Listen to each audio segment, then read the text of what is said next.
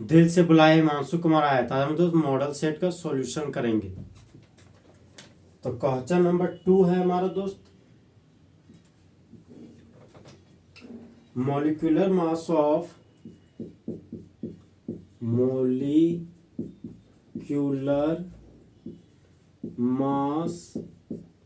Of heavy water is. Option number A है हमारा 10।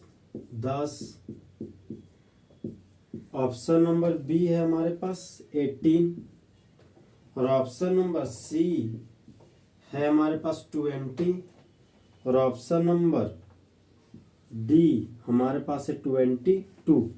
हम लोग दोस्त सॉल्यूशन करेंगे इस क्वेश्चन का। तो क्वेश्चन बोलता है दोस्त कि भारी जल का मॉलिक्यूलर मास है। तो मॉलिक्यूल के मास को क्या बोलते हैं? Molecular mass. जब एटॉमिक मास को जोड़ते हैं दोस्त तो हम लोग को मॉलिक्यूलर मास प्राप्त होता है। तो हेवी वाटर का मॉलिक्यूलर फॉर्मूला होता है दोस्त D2O। अब डी हमारा ड्यूटेरियम है। सबसे पहले तो हम लोग आइसोटॉप्स के बारे में जानेंगे। आइसोटॉप्स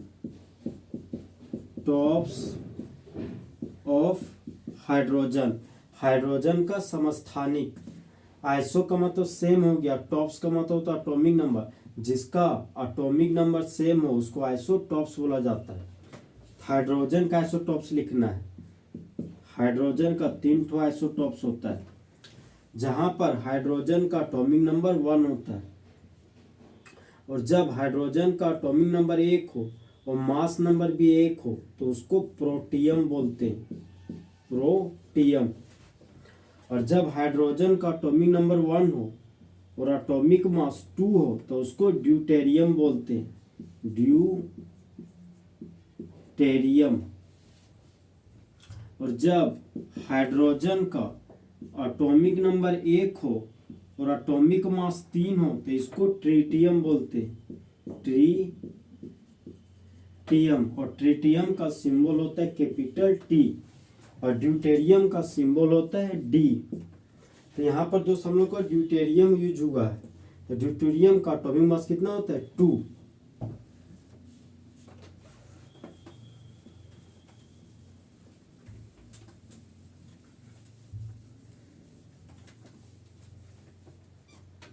अब हम लोग दोस्त मॉलिक्यूलर मास निकालेंगे।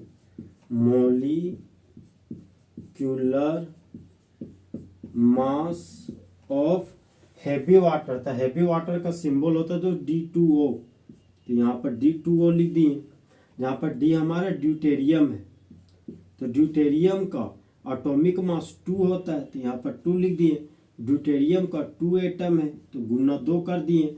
अब ड्यूटेरियम से ऑक्सीजन के पास जा रहे हैं। तो जिस तरह दोस्त हम लोग एक जगह से दूसरे जगह जाने के लिए साइकिल का यूज करते हैं, उसी तरह जब एक एलिमेंट से दूसरे एलिमेंट के पास जाते हैं तब पॉजिटिव साइन का यूज करते हैं। अब आगे ऑक्सीजन, तो ऑक्सीजन का एटॉमिक नंबर 8 होता है और एटॉमिक मास 16 होता है। तो ऑक्सीजन का एटॉमिक मास 16 होता है। ऑक्सीजन का एक एटम है तो गुना 1 कर दिए। तो 2 दूनी हो गई 4, प्लस का साइन था तो प्लस का साइन लिख दिए। 16 गुने 1 16 हो गया, 16 और 4 20 हो गया। तो हैवी वाटर का मॉलिक्यूलर मास हो गया दोस्त 20। तो ऑप्शन नंबर सी हमारा क्या होगा? सही। मतलब हैवी वाटर का मॉलिक्यूलर मास है कितना? 20। तो ऑप्शन नंबर सी हमारा सही होगा।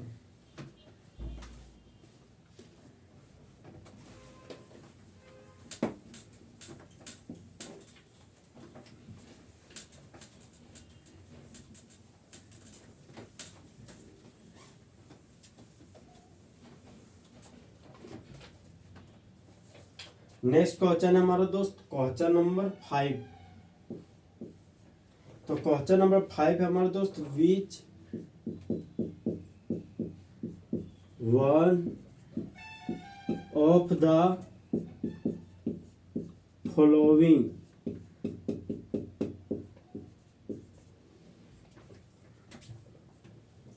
will have the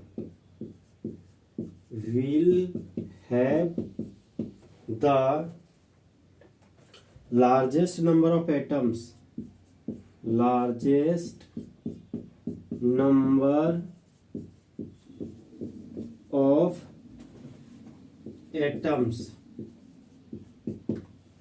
देखिए दोस्तों, बोलता है कि निम्नलिखित में से कौन सा एक है जिसका एटम का नंबर सबसे बड़ा है। तो ऑप्शन नंबर ए है हमारा दोस्त 1 gram calcium, 1 gram calcium. Option number B है हमारा दोस्त 1 ग्राम सोडियम। और ऑप्शन नंबर सी है हमारा दोस्त 1 ग्राम लिथियम। और ऑप्शन नंबर डी हमारा है दोस्त 1 ग्राम क्लोरीन।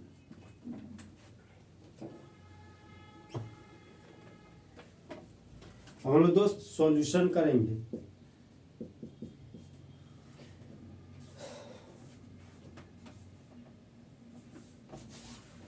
तो इस क्वेश्चन का सॉल्यूशन करने से पहले दोस्त हम लोग के पास एक हॉट फॉर्मूला है, नंबर ऑफ एटम्स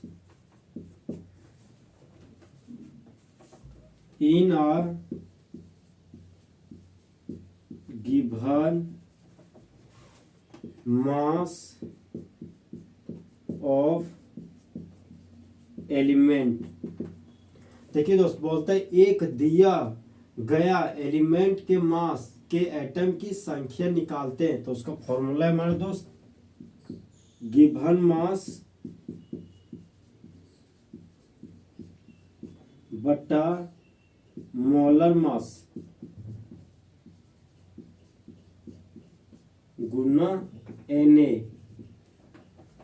मतलब जब एक दिया गया एलिमेंट के मास में जब एटम के संख्या को निकालते हैं तो उसका फॉर्मूला है दोस्त दिया गया मास बटा मोलर मास को जब अवोगैड्रोस नंबर से भागा देते हैं तो मोलर मास हो गया दोस्त, एक मोल के मास को क्या बोलते हैं मोलर मास। और अवोगैड्रोस नंबर हो गया हमारा 6.022 गुणे 10⁻28 पार्टिकल्स को क्या बोलते हैं अवोगैड्रोस नंबर। तो इसी फॉर्मूला पर दोस्त हम लोग सभी को बैठा कर सॉल्यूशन करेंगे।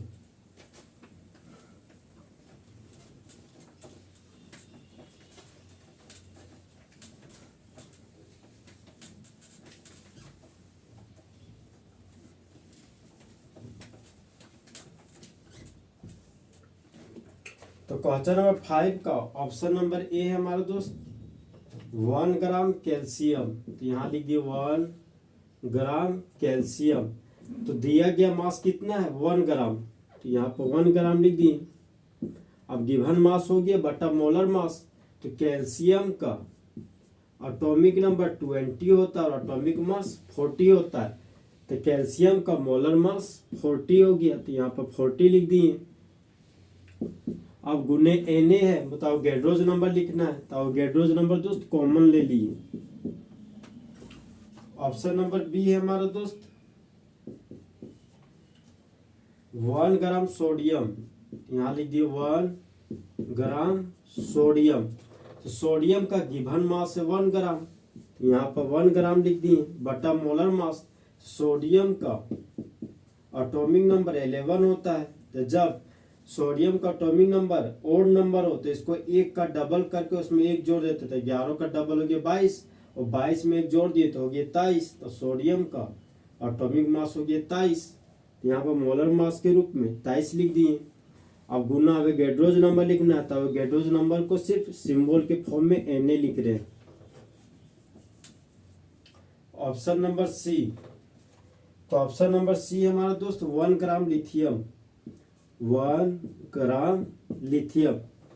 तो लिथियम का दिया गया मास है 1 ग्राम, यहाँ पर 1 ग्राम लिख दिए।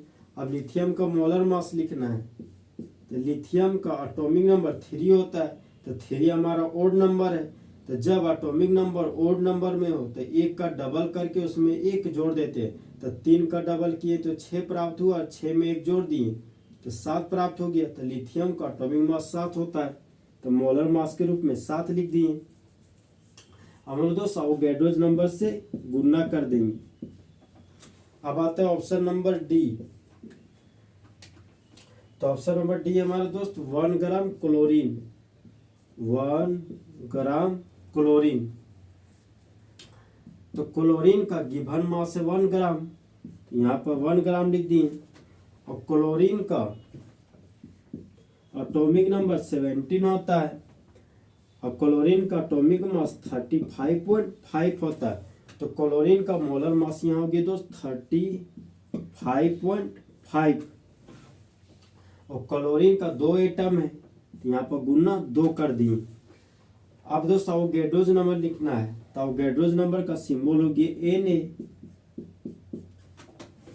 अब दोस्त क्लोरीन हमारा मॉलिक्यूल है, लेकिन क्लोरीन का एटम का हमको मास निकालना है। तो यहाँ क्लोरीन का 2 एटम है, तो यहाँ पर गुना 2 कर दिए। तो ये 2 और ये 2 कैंसल आउट हो गया। अब देखिए दोस्त यहाँ पर सभी में अवोगाड्रोज नंबर क्या है, कॉमन। तब देखिए दोस्त जिसका मोलर मास सबसे कम होगा उसी का साइज सबसे लार्जेस्ट होगा, उसी के पास लार्जेस्ट नंबर ऑफ एटम्स होगा। क्योंकि ट्रिक है यहाँ पर जो छोटा बम बड़ा धमाका, मतलब जिसका मोलर मास छोटा होगा उसके पास लार्जेस्ट एटम होगा। तो इसका मोलर मास 40 है, सोडियम का मोलर मास 23 है, लिथियम का मोलर मास 7 है और क्लोरीन का मोलर मास 35.5 है। तो लिथियम का मोलर मास सबसे कम है, तो लिथियम के पास सबसे ज्यादा लार्जेस्ट एटम का संख्या होगा। सबसे ज्यादा एटम का संख्या ऑप्शन नंबर सी जाएगा, 1 ग्राम लिथियम।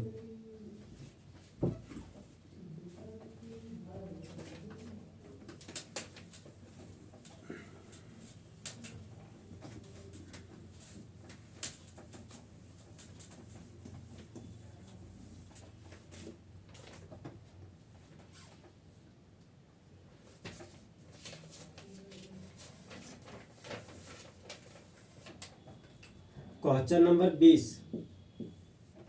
तो क्वेश्चन नंबर 20 हमारा दोस्त CaCO3, इसको पढ़ते calcium carbonate.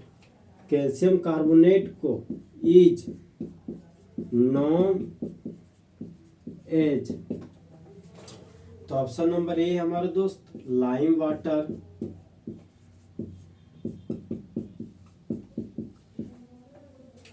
Option number B हमारे दोस्त क्विक लाइम।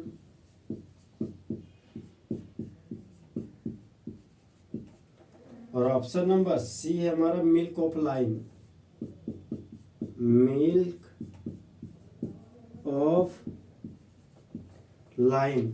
और ऑप्शन नंबर डी है हमारा दोस्त लाइम स्टोन।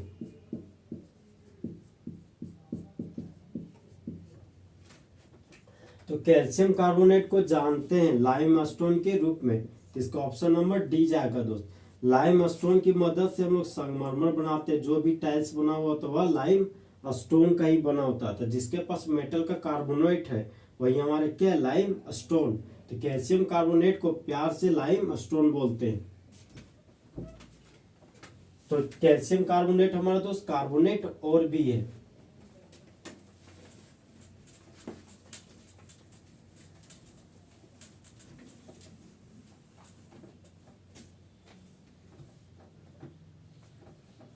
Question number 24। तो क्वेश्चन नंबर 24 हमारा दोस्त the order of decreasing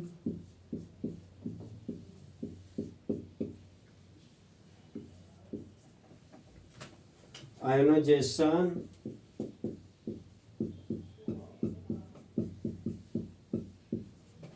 enthalpy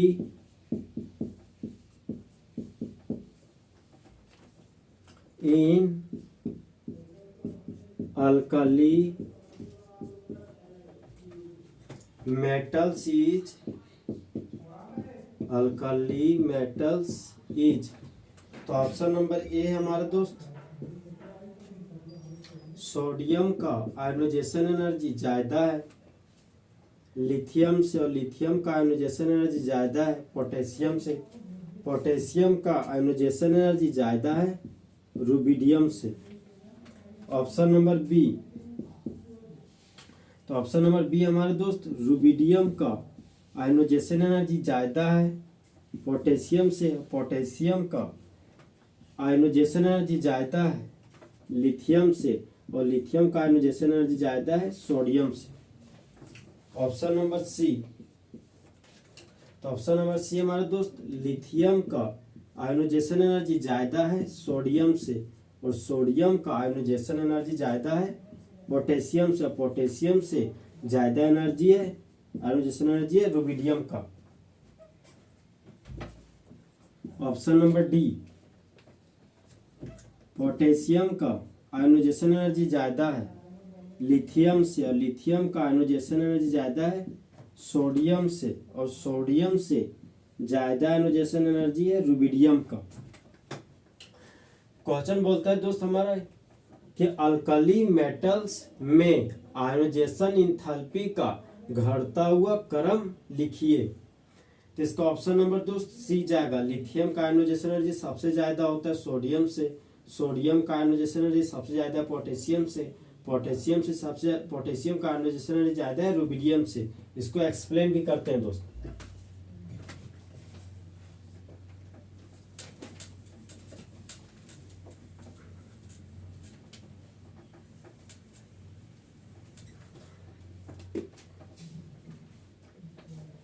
सबसे पहले दोस्तों आयनोजेशन एंथैल्पी के बारे में जानेंगे। अब हम लोग सॉल्यूशन कर रहे हैं। ये हो गया दोस्त हमारा एटम। एटम के सेंटर पार्ट को न्यूक्लियस कहते हैं, और न्यूक्लियस के बाहर का रास्ता सर्कुलर है, तो सर्कुलर रास्ता को सेल ऑर्बिट या एनर्जी लेवल कहते हैं। ये हो गया दोस्त हमारा सेल ऑर्बिट या एनर्जी लेवल। देखिए दोस्त, सेल में हमेशा इलेक्ट्रॉन गोल गोल घूमते रहता है, तो मानते हैं यहाँ पर एक इलेक्ट्रॉन है। तो ये हमारा लास्ट सेल हो गया। लास्ट सेल में रहने वाले इलेक्ट्रॉन को क्या बोलते हैं? Valence electron. तो बाहरी कक्षा में रहने वाले सिंगल इलेक्ट्रॉन को हटाने के लिए जो एनर्जी देना पड़ता है उसे क्या बोलते हैं? आयोनाइजेशन एनर्जी या आयोनाइजेशन इंथैल्पी। यह एक तरह का एंडोथर्मिक प्रोसेस है। बाहरी कक्षा से एक इलेक्ट्रॉन को निकालने के लिए जो एनर्जी देना पड़ता है उसी एनर्जी को आयोनाइजेशन एनर्जी बोला जाता है।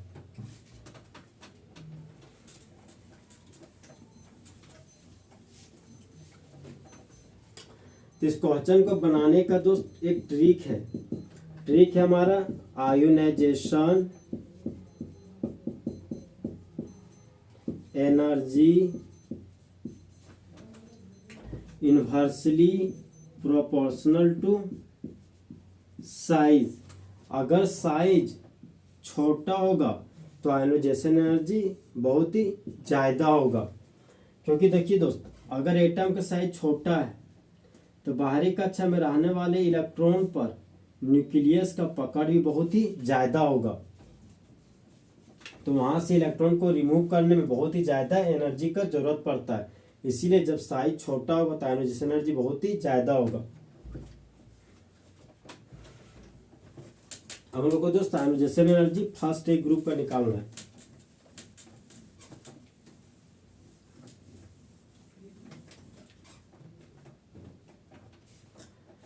तो फर्स्ट ए ग्रुप मेटल, तो फर्स्ट ए ग्रुप को ही अल्कली मेटल बोला जाता है। Alkali metal. और फर्स्ट ए ग्रुप में रहने वाला एलिमेंट हमारा दोस्त ली ना करो रब से फरियाद। तो ऑप्शन में दोस्त 4 ठो दिए, तो हम लोग 4 पर फोकस करेंगे। जहां पर लिथियम का एटॉमिक नंबर 3 होता है, सोडियम का एटॉमिक नंबर 11 होता है, पोटेशियम का एटॉमिक नंबर 19 होता है, रुबिडियम का एटॉमिक नंबर 37 आता है। तो ऊपर से नीचे ग्रुप में आने पर साइज क्या होता है? बढ़ता है, क्योंकि सेल का नंबर बढ़ता है। तो ऊपर से नीचे आ रहे दोस्त, तो लिथियम से बड़ा साइज है सोडियम का, सोडियम से बड़ा साइज है पोटेशियम का, पोटेशियम से बड़ा साइज है रुबिडियम का। तो यहाँ पर आयोनाइजेशन एनर्जी का ट्रिक है दोस्त, अगर एटॉमिक साइज बढ़ेगा तो आयोनाइजेशन एनर्जी का वैल्यू घटेगा। तो सबसे ज्यादा आयोनाइजेशन एनर्जी लिथियम का होगा, क्योंकि लिथियम का साइज बहुत ही छोटा है। तो हम लोग लिखेंगे दोस्त decreasing order of ionization energy. Ionization energy का घटता हुआ क्रम। तो लिथियम का आयोनाइजेशन एनर्जी सबसे ज्यादा होता है, क्योंकि लिथियम का साइज सबसे छोटा है। लिथियम का आयोनाइजेशन एनर्जी सबसे ज्यादा, उसके बाद लिथियम का आयोनाइजेशन एनर्जी ज्यादा है सोडियम से, और सोडियम का आयोनाइजेशन एनर्जी ज्यादा है पोटेशियम से, और पोटेशियम का आयोनाइजेशन एनर्जी ज्यादा है रुबिडियम से। तो लिथियम का आयोनाइजेशन एनर्जी सबसे ज्यादा होगा और रुबिडियम का आयोनाइजेशन एनर्जी सबसे कम होगा। तो इसका ऑप्शन नंबर दोस्त हमारा सी सही था।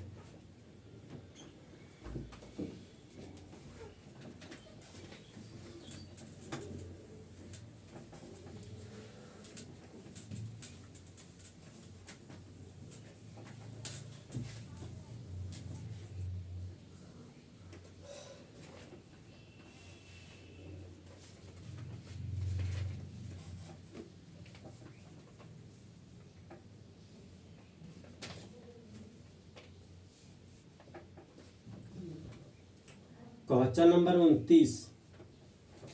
तो क्वेश्चन नंबर 29 है हमारा दोस्त, in the given species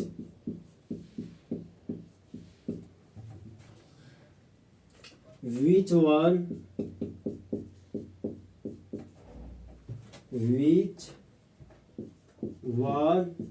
is Lewis base. तो ऑप्शन नंबर ए है हमारा दोस्त CaOH का होल 2, जिसको कैल्शियम हाइड्रोक्साइड बोलते हैं।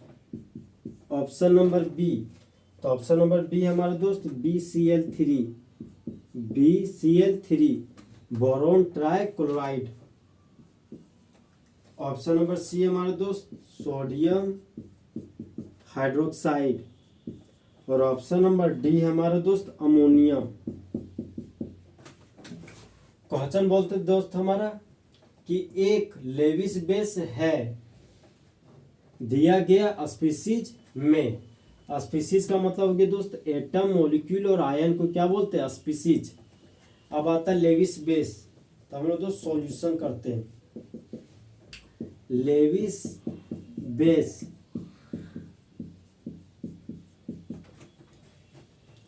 तो Lewis base contain lone pair. तो लेविस बेस उसको कहते हैं जो धारण करता लोन पेयर को। पेयर का मतलब हो गया जोड़ा और लोन का मतलब हो गया अनशेयर्ड इलेक्ट्रॉन। तो अनशेयर्ड पेयर ऑफ इलेक्ट्रॉन को लोन पेयर बोलते हैं। तो इलेक्ट्रॉन का वो खास जोड़ा जो बॉन्ड बनाने में भाग नहीं लेता है उसको लोन पेयर बोलते हैं। हम लोग को दोस्त लेविस बेस पता करना है।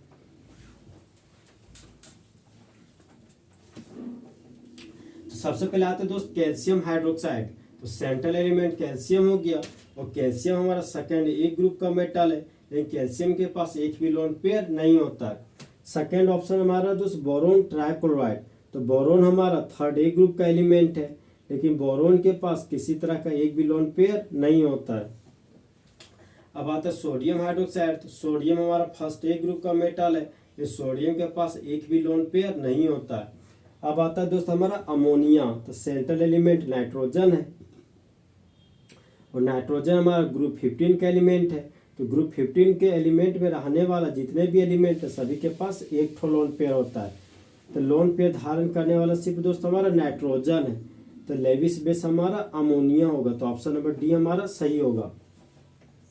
तो सेंट्रल एलिमेंट नाइट्रोजन है दोस्त, तो यहाँ पर सेंट्रल एलिमेंट नाइट्रोजन लिख दिए, और टर्मिनल एलिमेंट हाइड्रोजन है। तो 3 ठो हाइड्रोजन लिख दिए। अब हम लोग जानते हैं कि नाइट्रोजन का एटॉमिक नंबर 7 होता है। फर्स्ट सेल में 2 इलेक्ट्रॉन और लास्ट सेल में 5 इलेक्ट्रॉन। तो लास्ट सेल को वैलेंस सेल बोलते हैं और वैलेंस सेल में रहने वाले इलेक्ट्रॉन को वैलेंस इलेक्ट्रॉन बोला जाता है, वैलेंस इलेक्ट्रॉन।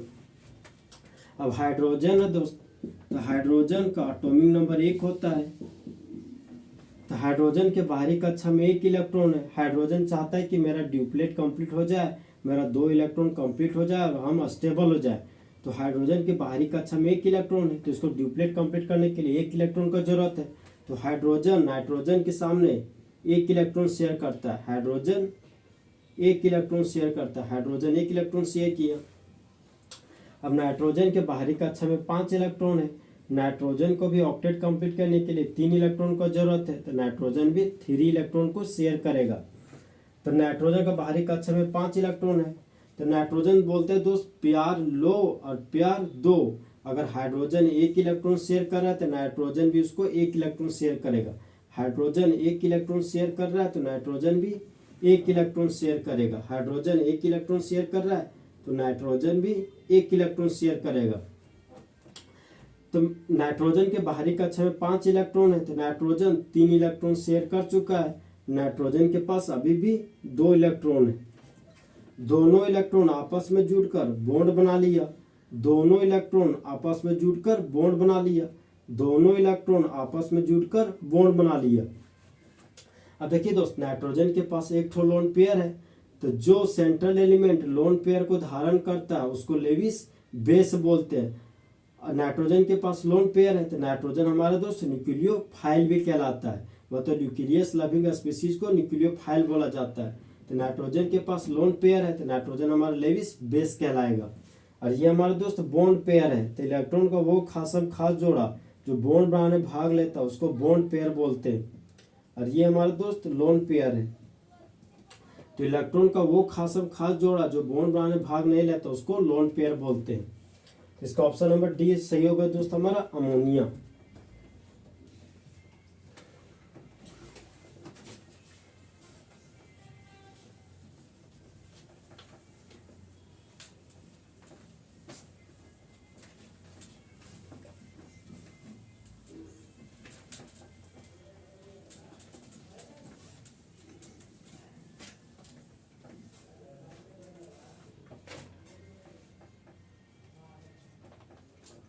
Question number 30। तो क्वेश्चन नंबर 30 हमारे दोस्त, what will be conjugate acid for NH2 minus. तो NH2 माइनस को दोस्त आइमाइड आयन बोला जाता है। बोलता है कि आइमाइड आयन के कंजुगेट एसिड क्या है। तो आइमाइड आयन दोस्त हमारा अमोनिया से आया हुआ है, तो ऑप्शन नंबर ए हमारा दोस्त अमोनिया। ऑप्शन नंबर बी है हमारा दोस्त N3 माइनस। N3 माइनस को नाइट्राइड आयन बोलते हैं। और ऑप्शन नंबर सी है हमारे दोस्त NH2। NH2 को अमाइन बोला जाता है। और ऑप्शन नंबर डी है हमारा दोस्त सोडियम हाइड्रोक्साइड। तो इसका ऑप्शन नंबर ए होगा दोस्त अमोनिया। आइए इसको सॉल्व करते हैं। अमोनिया है दोस्त, तो अमोनिया के पास सेंट्रल एलिमेंट नाइट्रोजन है और टर्मिनल एलिमेंट 3 ठो हाइड्रोजन है। तो हाइड्रोजन को 2 इलेक्ट्रॉन पूरा करने के लिए 1 इलेक्ट्रॉन का जरूरत है, तो हाइड्रोजन यहाँ पर 1 इलेक्ट्रॉन शेयर करता है। नाइट्रोजन का एटॉमिक नंबर 7 होता है। फर्स्ट सेल में 2 इलेक्ट्रॉन, लास्ट सेल में 5 इलेक्ट्रॉन। नाइट्रोजन के बाहरी कक्षा में 5 इलेक्ट्रॉन है, तो नाइट्रोजन बोलता है पेयर लो और पेयर दो। अगर हाइड्रोजन 1 इलेक्ट्रॉन शेयर कर रहा है तो नाइट्रोजन भी 1 इलेक्ट्रॉन शेयर करेगा। हाइड्रोजन 1 इलेक्ट्रॉन शेयर कर रहा है तो नाइट्रोजन भी एक इलेक्ट्रॉन शेयर करेगा। हाइड्रोजन एक इलेक्ट्रॉन शेयर कर रहा है तो नाइट्रोजन भी एक इलेक्ट्रॉन शेयर करेगा। दोनों इलेक्ट्रॉन आपस में जुड़कर बॉन्ड बना लिया, दोनों इलेक्ट्रॉन आपस में जुड़कर बॉन्ड बना लिया, दोनों इलेक्ट्रॉन आपस में जुड़कर बॉन्ड बना लिया। अब हम लोग दो कंजुगेट एसिड लिखेंगे।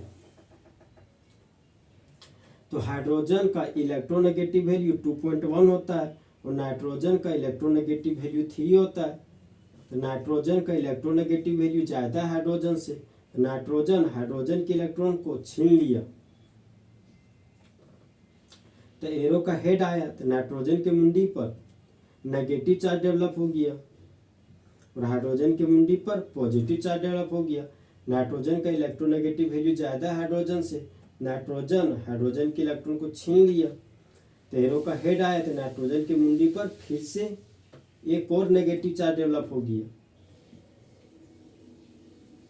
और हाइड्रोजन के मुंडी पर दोस्त यहाँ पर H+ जनरेट हो गया। अब हम लोग को लिखना कंजुगेट एसिड।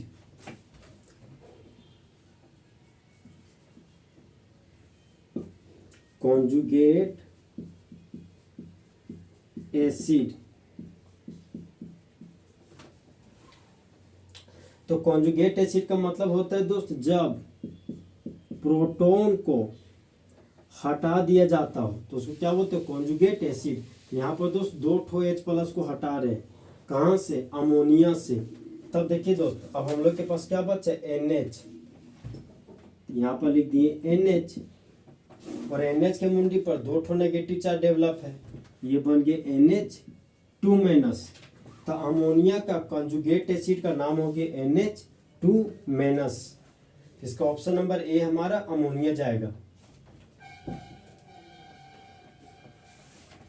क्वेश्चन था हमारा दोस्त कि NH2- के लिए कंजुगेट एसिड क्या है, तो वो हमारा अमोनिया है। ऑप्शन नंबर ए हमारा क्या हो गया, सही।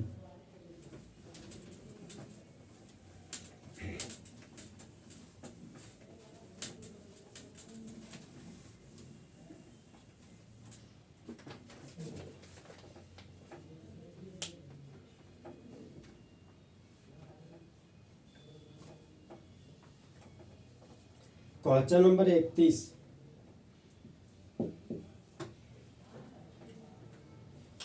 तो क्वेश्चन नंबर 31 हमारा दोस्त, the concentration of hydrogen ion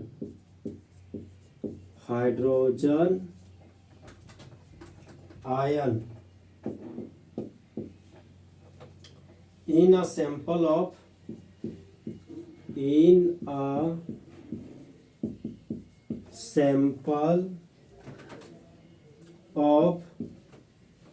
soft drink is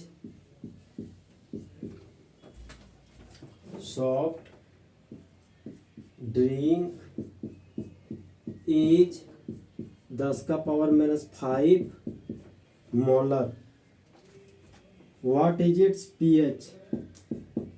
What is its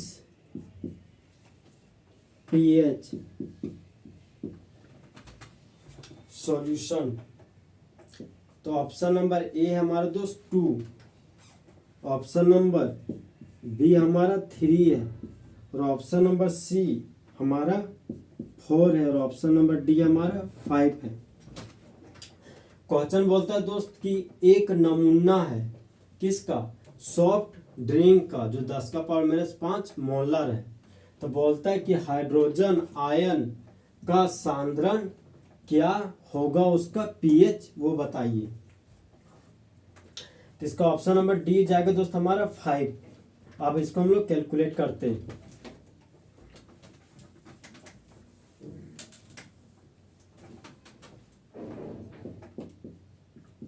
हम लोग जानते हैं दोस्त कि पीएच बराबर होता है minus log molar concentration of H+। तो देखिए दोस्त यहाँ पर हाइड्रोजन आयन को ही क्या बोलते हैं, H+।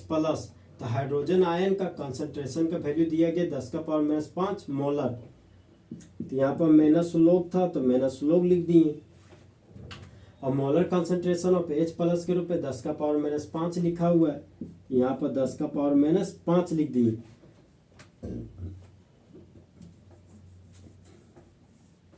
अब ये हमारा हो गया दोस्त log A का पावर B। तो मैथ में एक रूल है दोस्त कि जब log A का पावर B हो तो उसको B log A लिख सकते हैं। तो 5 हमारा B है तो B आगे आ जाएगा, तो ये हो जाएगा दोस्त माइनस और माइनस हो गया प्लस, तो यहाँ पर बच गया सिर्फ 5। और log का था तो यहाँ पर log लिख दिए, A के रूप में 10 था तो यहाँ पर 10 लिख दिए, 5 था तो 5 लिख दिए।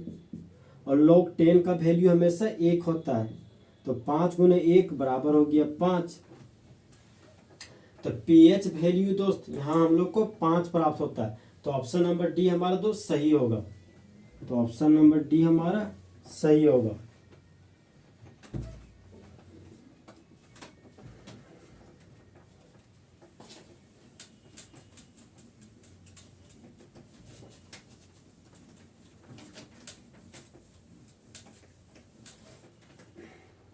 कि तुझे भूलना तो चाहा लेकिन भुला ना पाए, और जितना भुलाना चाहा तुम उतना याद आए।